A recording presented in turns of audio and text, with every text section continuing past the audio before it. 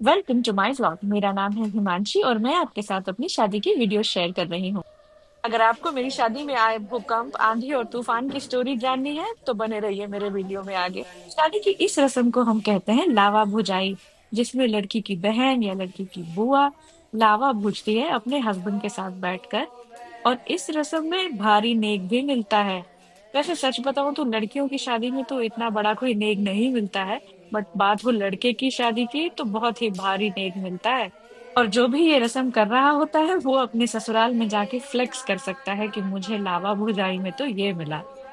मेरी शादी में ये रस्म मेरी बुआ ने किया था, क्योंकि मेरी तो कोई बड़ी बहन है ही नहीं। मैं अपने पूरे खानदान में सबसे बड़ी हूँ, लेकिन ये अच्छी बात भी है कि मैं सबकी शादी में लावा भुजाई की रस्म कर सकती हूँ और मुझे तो बहुत सारे नेक मिलेंगे।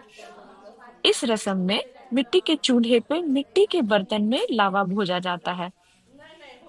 और जब भी आप इसमें धान डाल रहे होते हो तो जो दुल्हन है उसका आंख ढक देना होता है पान के पत्ते से।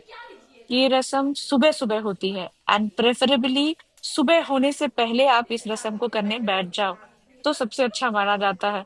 लेकिन अपनी नींद को सैक्रिफाइस करना थोड़ा तो प्रॉब्लमेटिक है। अगर आप देखें तो मेरे डार्क सर्कल्स दिख रहे हैं। और इमेजिन अगर आज ही मेरी शादी होती तो फिर ये डार्क सर्कल्स को ढकने में कितना मेकअप लगता।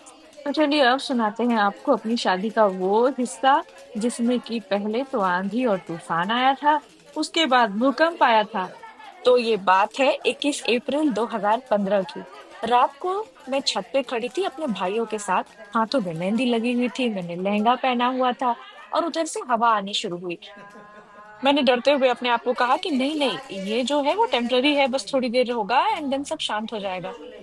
बट नहीं, वो शांत नहीं हुआ। इतनी तेज आंधी थी कि हमारा पंडाल पूरा खराब हो गया, उसके झूमर टूट गए।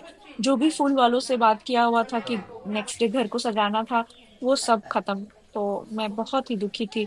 जब शादी के सुबह में ऊपर छत पे खड़ी हुई और मैंने अपने पंडाल को इतना उजड़ा हुआ पाया, मैं बहुत दुखी थी। मुझे लग रहा था ये क्या बॉलीवुड का कोई सीन चल रहा है क्या। मैंने बहुत ही दुखी मन से अपने हस्बैंड को कॉल किया और बोला कि सब खराब हो गया है। उसने बोला मंडप तो ठीक है ना, अगर मंडप ठीक है तो बस शादी हो जाएगी, बाकी सजावट की क्या जरूरत।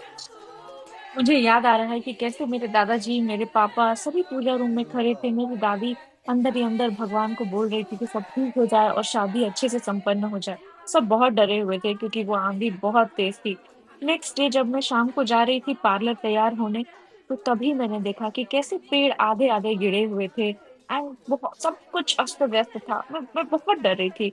और जब मैं पार्लर में तैयार हो रही थी, अगर थोड़ा भी हवा का साउंड आता था तो मुझे लगता था कि बाहर जाके देखूं कहीं फिर से ऐसा तो नहीं हो गया।